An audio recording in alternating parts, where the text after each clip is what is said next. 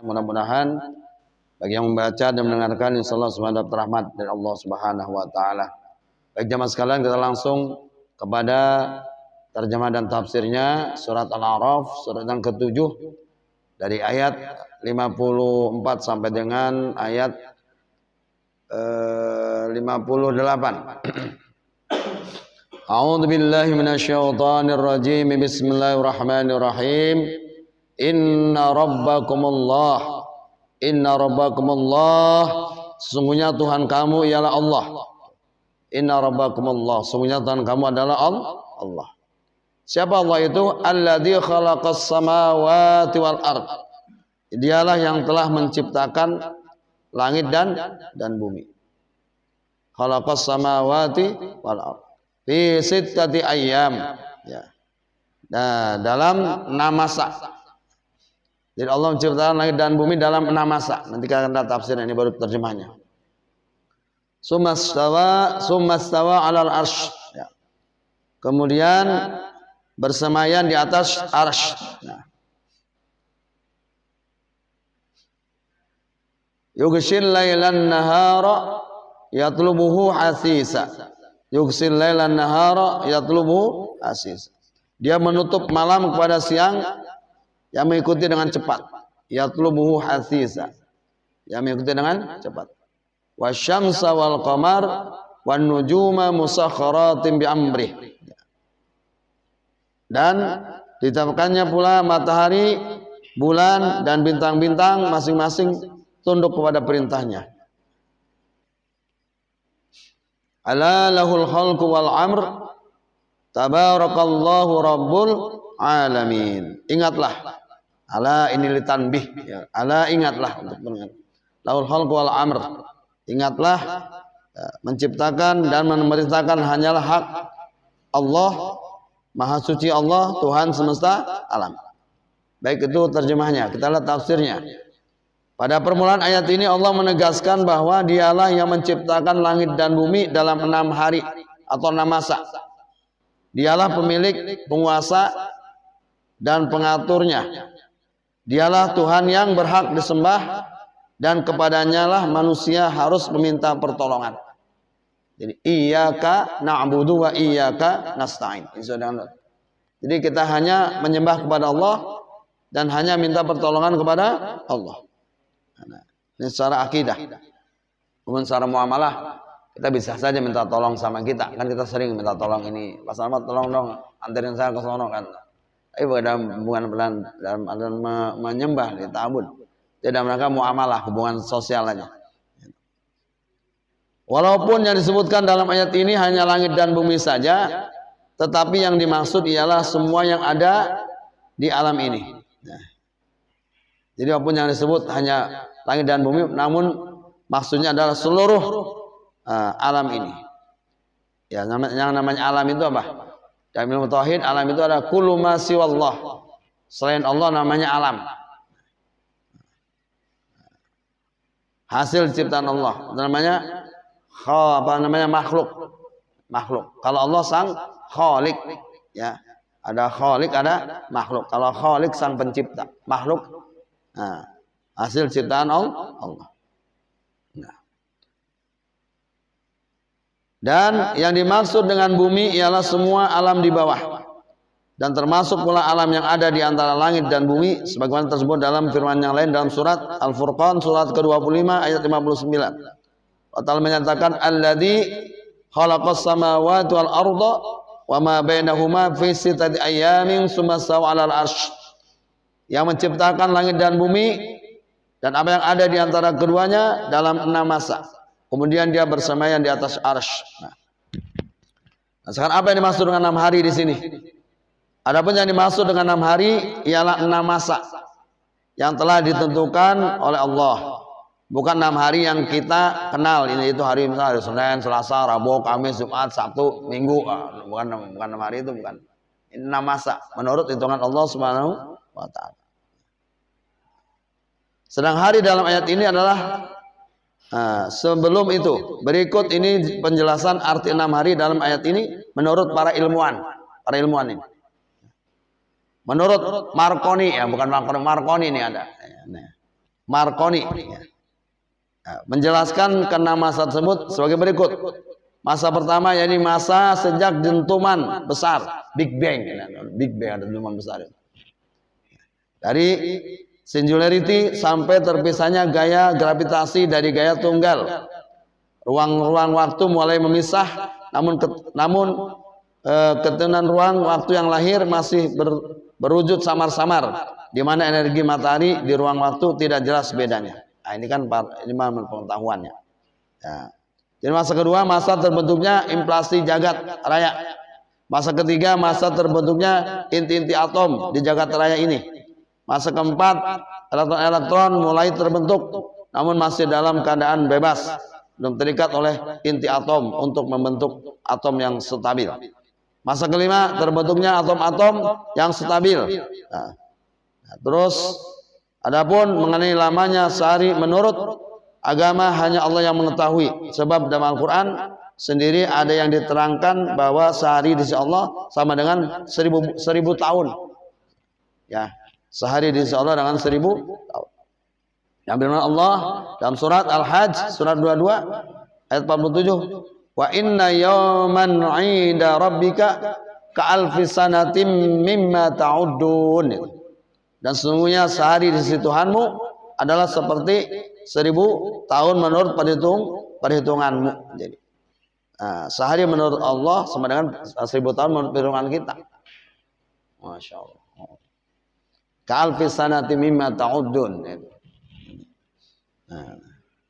Dan ada pula diterangkan 50.000 tahun sebenarnya firman yang lain. Dan ada pula yang jelaskan tentang 50.000 tahun. Sehari dalam hitungan Allah, 50.000 tahun dalam hitungan kita. Mana ada keterangan dalam surat Al-Ma'arij surat ke-70 ayat 4. Ta'rujul malaikatu warruhu ilaihi fi yaumin kana miqdaruhu khamsina alfasanah. Khamsina alfasanah. Para malaikat dan Jibril naik menghadap kepada Tuhan dalam sehari setara dengan 50.000 tahun. Bukan kita manusia 50.000 tahun, malaikat sama saya dorong. 50.000 tahun baru. Umur kita aja belum sampai 50.000 tahun. Nah. Dan ada beberapa hadis yang menunjukkan bahwa hari yang 6 itu ialah hari-hari kita sekarang. Di antaranya yang diriwayatkan oleh Imam Ahmad dan Muslim dari Abu Hurairah. Abu Hurairah berkata, Rasulullah memegang tanganku lalu bersabda, Allah menciptakan tanah pada hari Sabtu, menciptakan bukit-bukit pada hari Ahad, menciptakan pohon pada hari Senin, menciptakan hal-hal yang tak baik pada hari Selasa, menciptakan cahaya pada hari Rabu, menciptakan gunung-gunung pada hari Kamis, dan menciptakan Adam pada hari Jumat. Sesudah asar merupakan ciptaan terakhir pada saat terakhir itu antara waktu asar dan permulaan malam. Ini riwayat Ahmad dan Muslim dari Abu Hurairah hadisnya. Hadis ini ditolak oleh para ahli karena bertentangan dengan nas Al-Quran. Dari segi sanadnya pun hadis ini adalah lemah karena diriwayatkan oleh Hajjaj bin Muhammad Al-Ajwar dari Juraid yang sudah tidak waras di akhir hayatnya. Jadi ini anggap dia udah nggak dobit, udah hafalannya banyak, udah stres lah gitu, nggak bagus kan. Jadi ditolak hadisnya. Menurut Al-Manar, hadis ini termasuk hadis-hadis Israiliyat. Bukannya tidak ada, kita kan selama kalau kenal Israiliyat kan ayat Al-Quran saja. Ternyata hadis itu ada hadis-hadis Israil, ada Israiliyatnya juga, hadis-hadis juga. Itu. Yang dibikin oleh kaum Yahudi dan Nasrani dan dikatakan dari Rasulullah. Pada ayat-ayat lain diterangkan lebih terperinci lagi tentang masa-masa penciptaan langit dan bumi seperti terdapat dalam firman Allah dalam surat Fussilat surat ke-41 ayat 9. Nah, itu. Ya, jadi yang tadi hadis yang itu tuh itu lupakan saja, itu hanya merupakan hadis-hadis yang dibuat-buat oleh orang-orang Yahudi dan Nasrani dalam rangka untuk ya biasa, dalam rangka untuk mengangkat bahasa mereka lah. Jadi namanya kalau dalam hadis itu, kalau hadis namanya hadisnya hadis maudhu, kalau hadisnya hadis palsu, maudhu, hadis palsu. Jadi hadis itu ada hadis yang sahih, ada yang hasan, ada yang dhaif, ada yang maudhu. Kalau sahih jelas. Kalau hasan itu derajatnya di bawah sahih. Kalau dhaif itu lemah. Ya, hasan itu baik, bagus maksudnya amalan. Ya. Dhaif itu lemah. Hadisnya boleh dipakai untuk sebatas fadhailul a'mal. Untuk fadhailul amal. Hadis lemah boleh nggak boleh dipakai? Boleh. Menurut Imam Nawawi nanti dalam kitab Al-Adhkar, hadis-hadis dhaif, ada hadis lemah itu boleh dipakai sebatas untuk fadhailul a'mal. Tapi kalau untuk sifatnya menentukan hukum halal haram, tidak boleh dengan hadis dhaif. Boleh. Ya. Ya tuh bahas. Nanti ada hadis maudhu, palsu. Boleh saya membahas tentang hadis mudal, ada hadis musalsal, ada hadis mudallas, banyak. Kalau yang besar hadis mutawatir, hadis ahad itu ya. Hadis mutawatir itu kalau hadis keseluruhan itu secara umum hadis ada yang mutawatir, ada yang hadis ahad. Hadis sahih itu termasuk bagian hadis ahad. Ya kalau mutawatir itu hadis yang diatur orang banyak nih, kalau misalnya ada 10 orang, 20 orang, ada 30 orang, itu namanya hadisnya mutawatir, banyak yang dengerin. Itu memang jumlahnya sedikit hadis mutawatir. Nah, kalau hadis ahad itu maksimal itu tiga batu yang mendengarkan, 1 sampai 3 orang. Itu namanya hadis ahad. Nanti hadis ahad dibagi tuh, ada hadis sahih, ada hadis hasan, ada hadis dhaif, ya, dibagi. Nanti dilihat dari segi apa sanadnya. Ya kalau bicara hadis ada namanya sanad, ada namanya rawi, ada namanya matan. Ada matan hadis. Kalau bukannya mantan ya, matan. Ya, matan hadis, ada isinya hadis. Langsung ucapan Nabi, perbuatan Nabi, namanya matan hadis. Nah, kalau dari Imam Bukhari, kan Imam Bukhari kan hidupnya nggak sejaman dengan Nabi. Masa Imam Bukhari tahu hadis dari mana? Kok langsung dia nggak ketemu Abu Hurairah, an Abi Hurairah, kan nggak mungkin. Makanya kalau hadis yang aslinya itu nanti itu kan tuh dari potong. Kalau kita baca hadis yang di buku-buku tuh an Abi Hurairah, an Ibnu Mas'udin, an Ibnu Umar, itu salahnya udah dibuang. Misalnya rawahnya Bukhari, berarti hadis dari Imam Bukhari terima hadis ini dari sebulan sampai nanti masuk kepada sahabat Abu Hurairah, baru Rasulullah SAW. Dan sanad, mata rantai hadis yang menghubungkan antara perawi hadis, penulis hadis dengan matan hadis, itu namanya adanya sanad. Nah, rawi itu orang meriwayatkan ini hadisnya riwayat Bukhari, rawi Muslim, rawi Tirmidzi, rawi Nasa'i, begitu. Itu kalau baca kitab hadis aslinya itu panjang. Hadasana, akhbarona, amba'ana, nah itu. Nah, ini tentang penjelasan keterangan mengenai penciptaan, masa penciptaan langit dan bumi, jelaskan juga dalam surat Fussilat ayat 41, surat 41:9. Qul a'innakum latakfuruna billadzi khalaqal arda fi yawmaini wa taj'aluna lahu andada dzalika rabbul alamin. Katakanlah, pantaskah kamu ingkar kepada Tuhan yang menciptakan bumi dalam 2 masa dan kamu adakan pula sekutu-sekutu baginya? Itulah Tuhan seluruh alam. Ayat lain menjelaskan wa ja'ala fiha rawasiya min fawqiha wa baraka fiha wa qadara fiha aqwataha fi 4 ayyam sawa'an lis-salailin. Allah menciptakan gunung-gunung yang kokoh di atas bumi. Dia memberkahi dan menentukan kadar makanan penghuninya dalam 4 masa yang sama, cukup sesuai dengan bagi siapa yang memerlukannya. Tuh, jadi ada tadi 2 ditambah 4 jadi 6 masa juga. Sumastawa ila samai wa yadukhan faqala laha walil ardi ti'a ta'an aw karhan qalata ataina ta'iin. Kemudian dia menuju kepada penciptaan langit dan bumi itu masih merupakan asap, ya, dukhon asap. Ya. Kalau orang tukang rokok, mamnu tadakin, dilarang merokok, itu ada dukhon, ya. Asap. Nah, jadi kemudian dia menuju kepada penciptaan langit dan bumi itu masih merupakan asap. Allah berkata kepadanya dan kepada bumi, datanglah kamu keduanya menurut perintahku dengan suka atau terpaksa. Keduanya menjawab, kami datang dengan suka. Ini kata apa nih, kata langit dan bumi. Berikutnya faqadahunna sab'a samawati bi yawmaini wa auha fi kulli sama'in amruha wa zayyana as-sama' dunya bimasabiha wa hifdza dzalika taqdirul azizil alim. Maka dia menjadikan 7 langit dalam 2 masa, dan dia mewahyukan kepada tiap-tiap langit urusannya, dan kami hiasi langit yang terdekat dengan bintang-bintang yang cemerlang, dan kami meliharanya dengan sebaik-baiknya. Demikianlah ketentuan yang maha perkasa lagi maha mengetahui. Ini Masya Allah.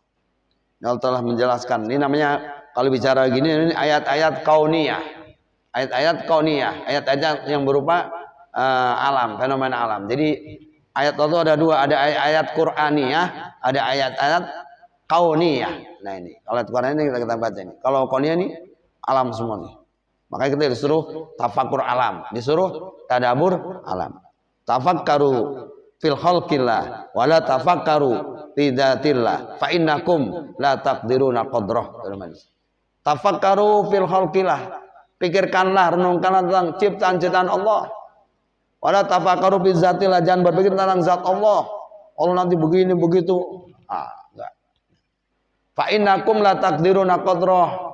Karena akal kamu tidak akan sanggup, tidak akan sampai memikirkan tentang hakikat Allah Subhanahu wa ta'ala. Yang kita disuruh pikirkan ini ciptaan Allah. Nanti dari hasil perenungan inilah, dari hasil tafakur inilah menghasilkan suatu ungkapan Rabbana ma khalaqta hadza batila subhanaka faqina adzabannar. Hasilnya begitu. Ya Allah, ternyata Engkau tidak sia-sia menciptakan alam dunia ini. Semuanya ada.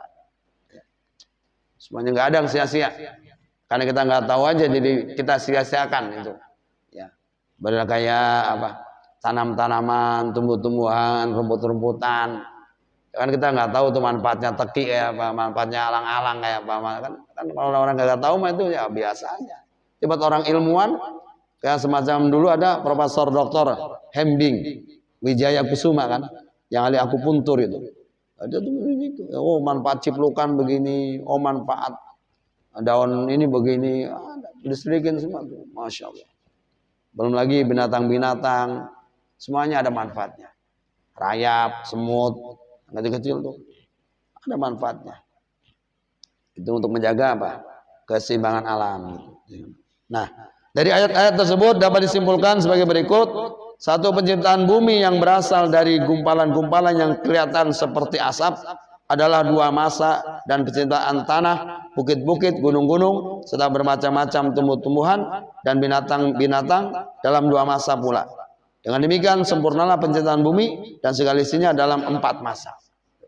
Jadi bumi dan segala isinya diciptakan secara sempurna dalam 4 masa. Penciptaan langit yang berasal dari gumpalan-gumpalan kabut itu dengan segala isinya dalam 2 masa pula. Adapun bagaimana proses kejadian langit dan bumi, Al-Quran tidak menjelaskan secara terperinci, dan kewajiban para ahli untuk menyelidiki dan mengetahui waktu atau masa yang diperlukan untuk masing-masing tahapan dari tahap-tahapan yang kejadiannya. Nah, ini tugas para ilmuwan ini. Menyelidiki. Di Al-Quran itu begitu. Kalau Al-Quran merinci, Al-Quran kayak apa tebelnya? Ya kan, dirinci sama Al-Quran. Susah Al-Quran. Nerangin tentang bumi, begini, mungkin lah. Jadi Al-Quran itu umumnya pesannya yang global-global saja. Pada saat bicara tentang masalah pengetahuan, Al-Quran sifatnya memotivasi aja, memotivasi orang, membuat orang menjadi semacam kayak ingin tahu gitu. Oh, ini ada semacam. Namanya dalam Al-Quran ada afala ta'qilun. Apa kamu tidak berpikir tuh? Afala tadzakarun? Kan pakai kata afala tuh. Jadi tujuannya supaya merangsang manusia untuk menyelidiki fenomena alamnya apa. Suruh mikir. Sehingga dari sinilah akan muncul keimanan yang luar biasa. Kalau kita ngerajin mountaineering, yang rajin daki-daki gunung tuh, itu harusnya jadi luar biasa. Ini kan tentang kebesaran Allah Subhanahu wa ta'ala. Bapak kalau pernah naik ke Dieng aja, Dieng tuh Masya Allah. Saya pernah naik ke Dieng tuh sekitar pukul jam 2 saya sampai ke Dieng jam 2 malam itu. Wow, luar biasa. Di bawah 7 derajat ini langsung bikin kopi langsung adem, ya kan? Kopi ini langsung adem. Masya Allah. Itu saya nggak tahu orang malam pas siangnya tuh nggak tahunya itu ada di atas jurang ini nggak sampai kan asup aja pas udah kelihatan siang lah. Waduh serem banget ternyata. Waduh Masya Allah. Kita malam nggak tahu, orang malam gelap saja kita tenang-tenang aja kan. Masya Allah. Itu baru di dia sebelum malam ini.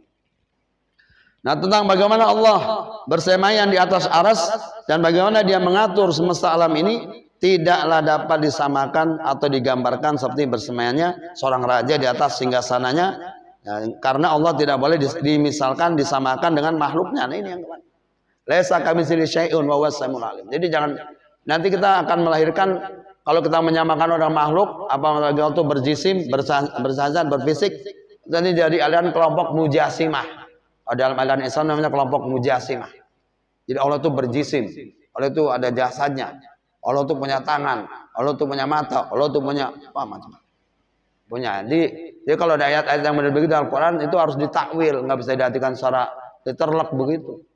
Jadi yadullah fauqa aydihim, tangan-tangan Allah di atas tangan mereka, berarti Allah punya tangan. Nah, makanya kalau dari ahli sunnah, sekalipun Allah punya tangan, tangan Allah tidak sama dengan tangan kita, begitu. Mata Allah tidak sama dengan mata kita. Tuh, begitu. Ditakwil begitu, jangan samain tangan Allah sama tangan kita begini, nggak boleh. Itu nanti kelompok mujassimah kemarin tuh si Arya tuh nantang-nantang. Mana Allahmu? Allah menurut hadirin gila. Ya beda lah. Nah, kerasulan itu adalah dari Allah dan kewajiban Rasul yang menyampaikan, maka kewajiban manusia ialah membenarkannya. Demikianlah pendapat dan pendirian ulama-ulama dahulu sampai sekarang. Maka tidak wajar manusia memberanikan diri untuk menggambarkan bersamanya Allah di atas arasnya seperti raja, seperti yang berada di sana, nggak boleh gitu. Nah, Naim bin Ahmad, guru Imam Al-Bukhari berkata tentang hal itu, orang yang menyerupakan Allah dengan makhluknya adalah kafir. Hati-hati ini. Orang yang menyerupakan Allah dengan makhluknya itu dihukum kafir.